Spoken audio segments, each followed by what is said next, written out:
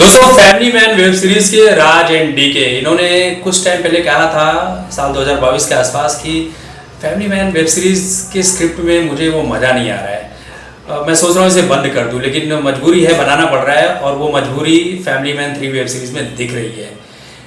पहला पार्ट, दूसरा पार्ट इतना लाजवाब, इतना बेजोड़, अच्छे डायलॉग्स, अच्छे मीम टेम्पलेट, सब कुछ थे। लोगों को मज़ा आया सभी एपिसोड देखकर, लेकिन जो उम्मीद थी कि यार फैमिली मैन वेब सीरीज 3 जो है ये लाजवाब होगी, ऐसा कुछ हुआ नहीं। एक नंबर की घटिया स्क्रिप्ट लिखी गई है। बहुत से लोगों ने तारीफ की है, लेकिन मैं बोल रहा हूँ कि एक नंबर की घटिया स्क्रिप्ट लिखी गई है। इससे वाहियात कोई स्क्रिप्ट हो ही नहीं सकती, इतनी कमजोर स्क्रिप्ट। आपकी 2 वेब सीरीज इतनी सुपर डुपर हिट होती है और आप एक घटिया स्क्रिप्ट लिख देते हो। इस पूरे वेब सीरीज में फोकस सिर्फ मनोज वाजपेयी के ऊपर किया गया है।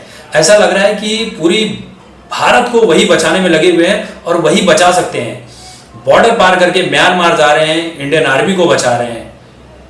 देश में रहकर उनको ना एनआईए वाले पकड़ पा रहे हैं, ना सीबीआई पकड़ पा रही है, ना ईडी पकड़ पा रही है, ना सरकार पकड़ पा रही है। वो सबकी नजरों से दूर हैं, ओझल है।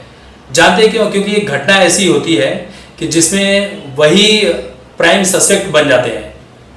इसमें कुछ नए किरदार भी आए हैं, जैसे जयदीप अहलावत रुकमा के किरदार में।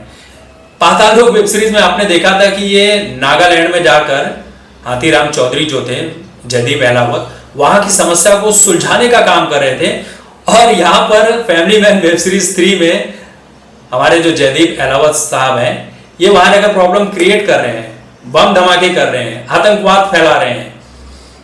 अब सोचिए इसमें प्रोपेगेंडा क्या है कि एक ब्रिटिश एनआरआई है जो भाई भारत की रहने वाली है, अब एनआरआई बन चुकी है, वही पैसे देकर भारत में ये सब अव्यवस्थाएं करवा रही है।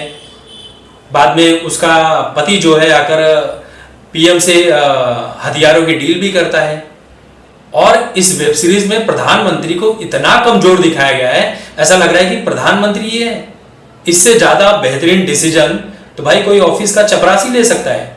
प्रधानमंत्री को इतना कमजोर दिखाया गया कि वो सर्जिकल स्ट्राइक के लिए भेजती हैं, वो कमजोर रह जाते। मतलब इनके प्रधानमंत्री के आसपास जो लोग हैं वही प्रधानमंत्री के लिए खतरा है, चाहे वो आईबी वाले हो, सीबीआई हो, ईडी हो या एनआईए वाले हो। सबके सब मिले हुए हैं भाई दुश्मनों से, पल पल की खबरें पहुंचा रहे हैं और देश का काम बिगाड़ रहे हैं। यार क्या ही वेब सीरीज बना सकते थे इसको, और क्या ही बना दिया है।